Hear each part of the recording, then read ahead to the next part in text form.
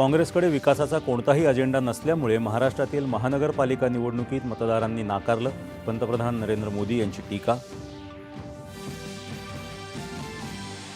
निसर्गाशी प्रगतीचा समन्वय साधून पर्यावरणपूरक विकास होऊ शकतो हे भारतानं जगाला दाखवून दिलं आहे, पंतप्रधान नरेंद्र मोदी यांचं प्रतिपादन.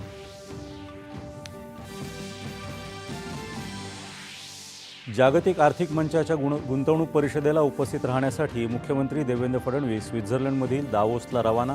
झुरिचमध्ये मुख्यमंत्र्यांचं पारंपरिक पद्धतीनं स्वागत.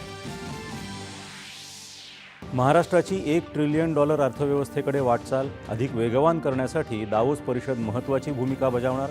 यावर्षी अधिक गुंतवणूक आणण्याचं मुख्यमंत्र्यांचं उद्दिष्ट.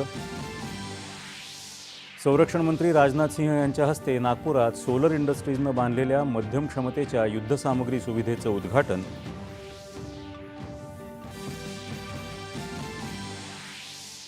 गेली अनेक वर्ष मोठ्या तोट्यात असलेल्या देशातील वीज वितरण कंपन्यांनी 2024-25 या वर्षांमध्ये नोंदवला 2,701 कोटी रुपयांचा नफा. केंद्रीय ऊर्जा मंत्रालयाची माहिती. नील अर्थव्यवस्था साकारण्याच्या दिशेनं मोठं पाऊल. अंदमानमध्ये भारतातील पहिल्या खुल्या समुद्रातील मत्स्यपालन प्रकल्पाचा शुभारंभ.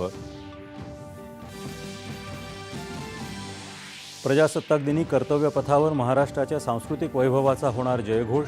गणेशोत्सव आत्मनिर्भरतेचं प्रतीक या संकल्पनेतून महाराष्ट्राचा चित्ररथ घडवणार परंपरा आणि आर्थिक शक्तीचं दर्शन. सिंधुदुर्ग जिल्हा परिषद आणि पंचायत समिती निवडणुकीसाठी भाजप, शिवसेना आणि राष्ट्रवादी काँग्रेसची महायुती. भाजपा नेते नारायण राणे यांची घोषणा.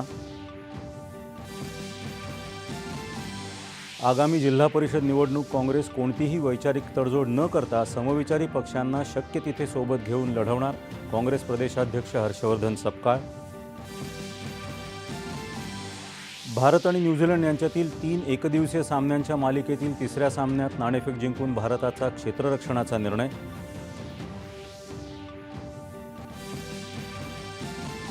आणि मुंबई भाजपाचे माजी अध्यक्ष आणि माजी मंत्री राज पुरोहित यांचं मुंबईत निधन. केंद्रीय मंत्री नितीन गडकरी तसंच मुख्यमंत्र्यांनी व्यक्त केलं दुःख.